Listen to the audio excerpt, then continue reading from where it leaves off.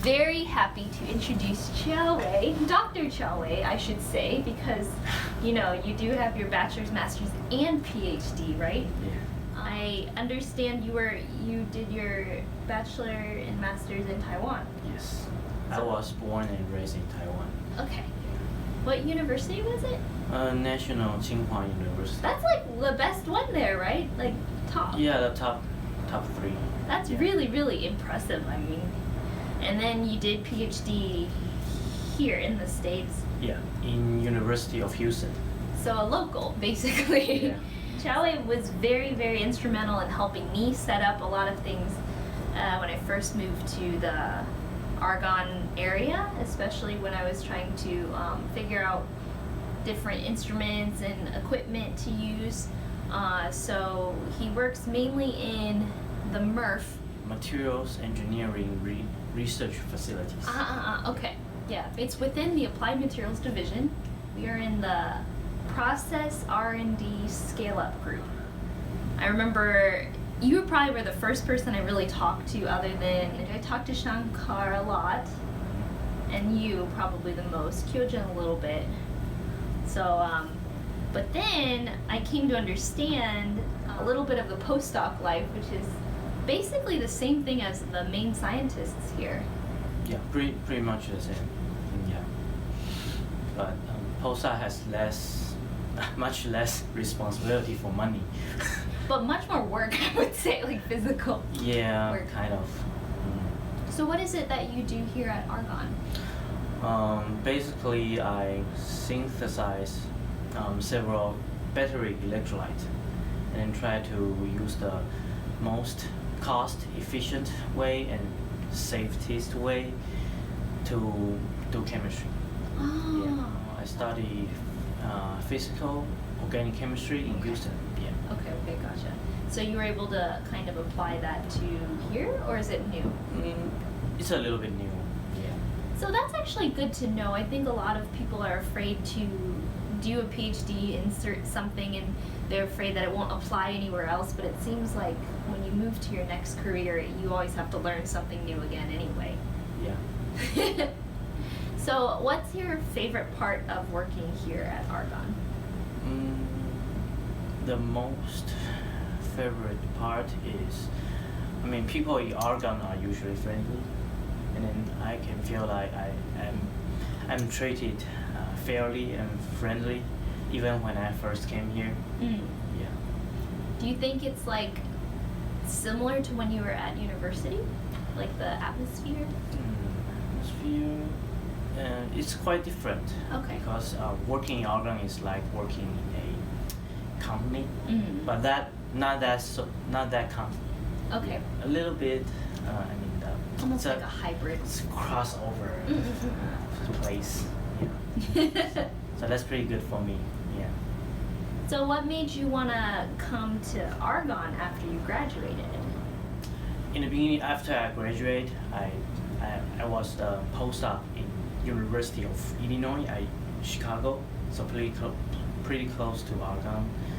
And then after 2 years, UIC, U of Illinois at Chicago, they have no more money to fund me, so I need to get another job immediately.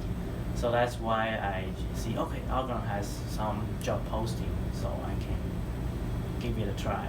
So I tried twice, then I got one offer. Oh, but that's awesome. It's Yeah. not easy to come here. I hear it's very, very difficult. Yeah, I'm lucky because I'm local, so at that moment they try to hire someone immediately. So I think that's one of the reasons I got picked up. Yeah. Is the application process similar to other places, or?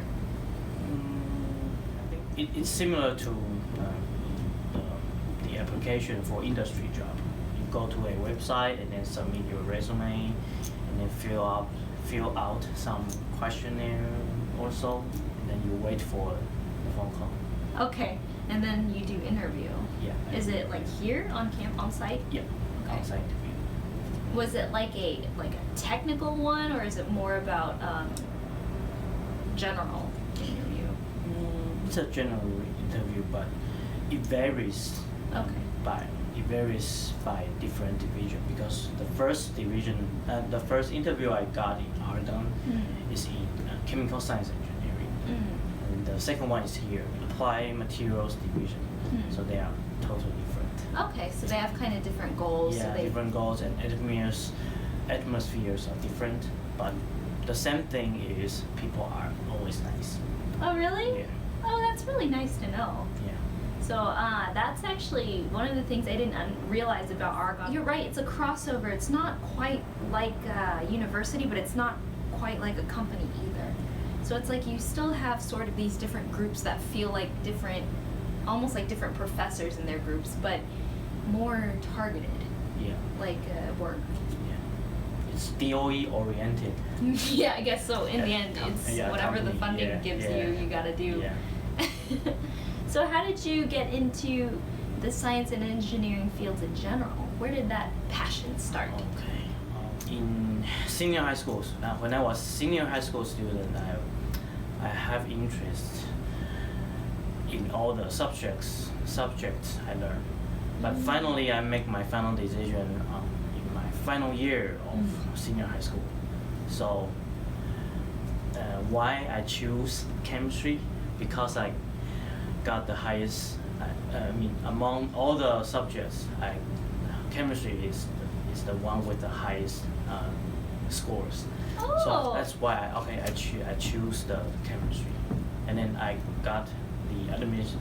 I got the admission from university at the moment. That was So, in the yeah. best university. So too. before you enter the college program, you decide what you're gonna learn.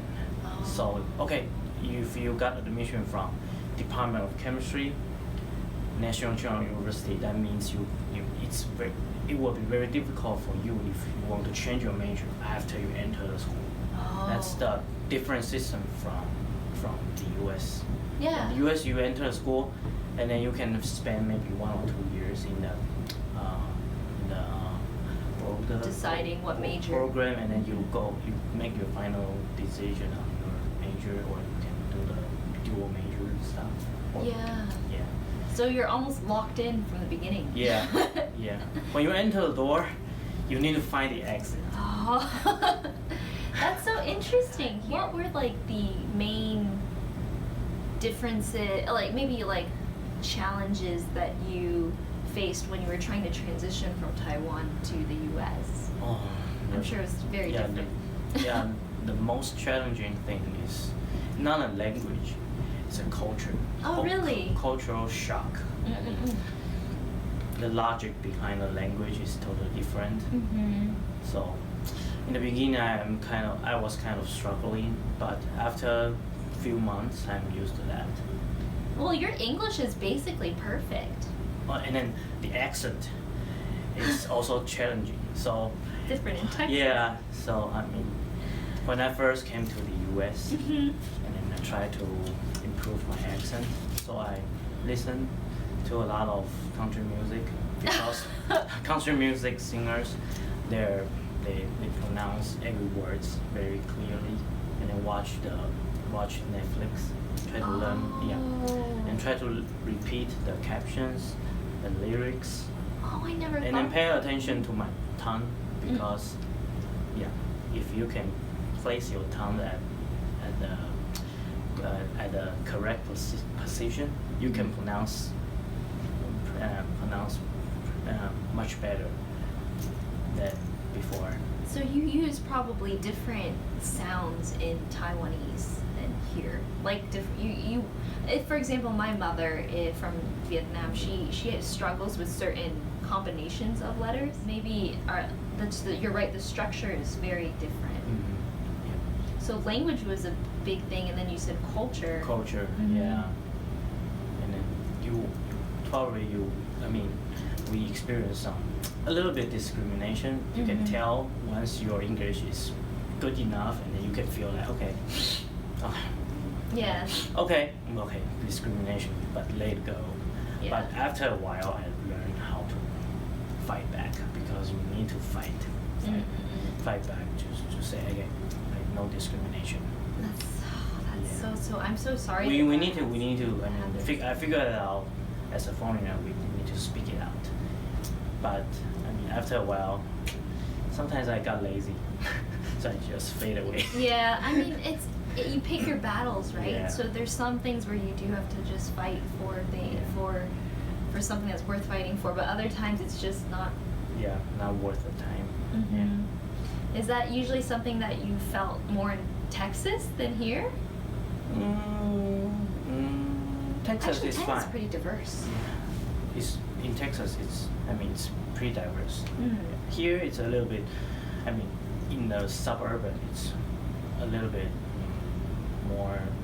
I mean, there's not that much Asian around.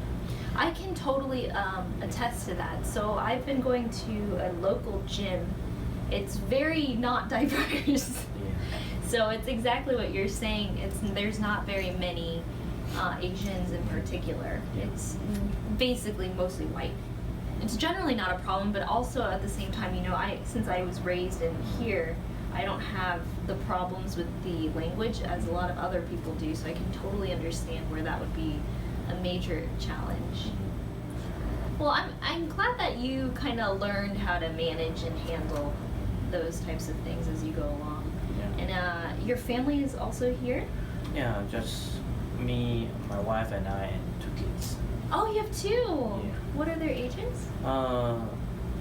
One is 3 and one's 6. Oh, and they go to school here as well. Yeah. Do they like it? Yeah, they pretty much. They like the school pretty much.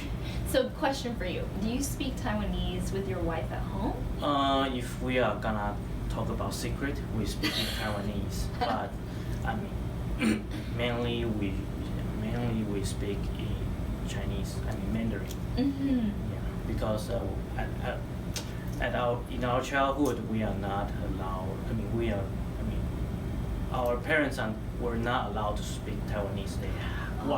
They were forced to speak Mandarin under that authority.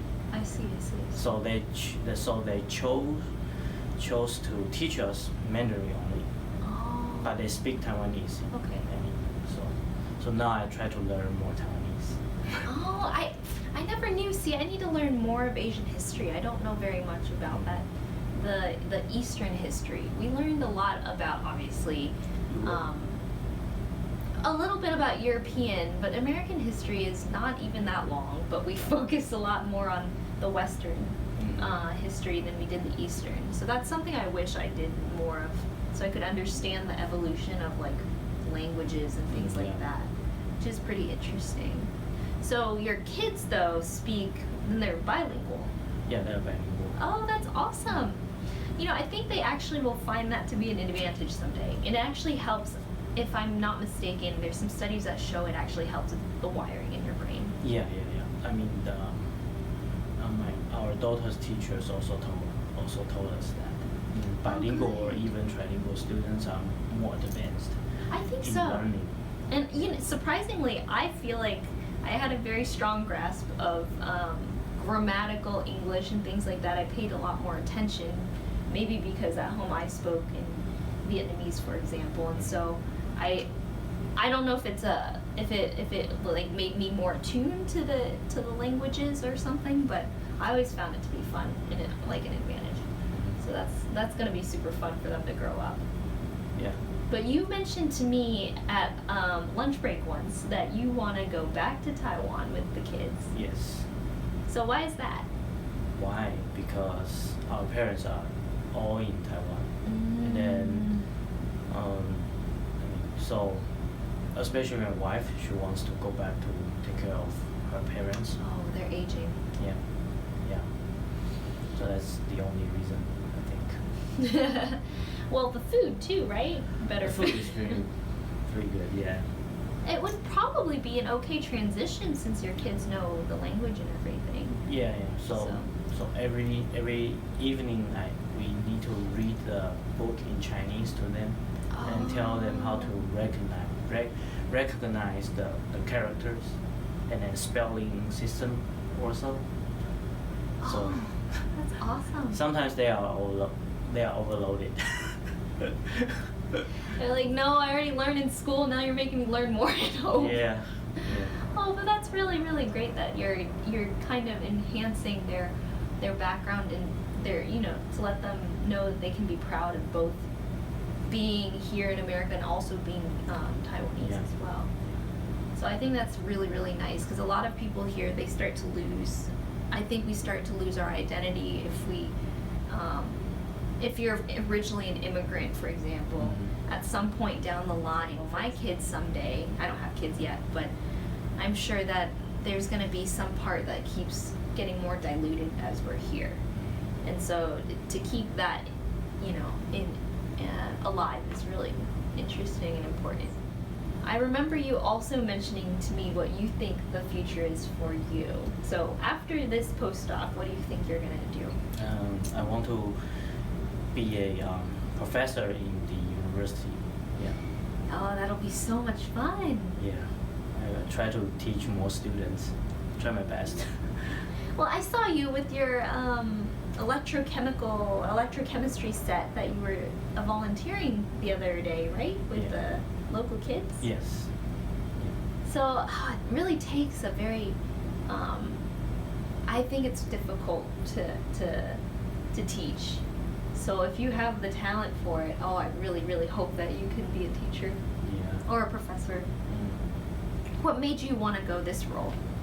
I think that's because my high school teachers, they guided me and taught me a lot. So I was so touched. I could meet a lot of good teachers at that moment. So after the high school, I decided that I'm gonna be a teacher to teach more students in the future. But I also like doing research. So okay, that make the best of both worlds. So be a professor or instructor in the university. So you can do the teaching as well as the research. Yeah. What do you want to research when you're there? Right now, pretty much organic chemistry. But I will emphasize more safety issue in the class. Something like not just the reaction looks simple, but it has danger behind. Yeah, it's one thing to learn the reaction, but to actually do it in real life is a different story. Yeah.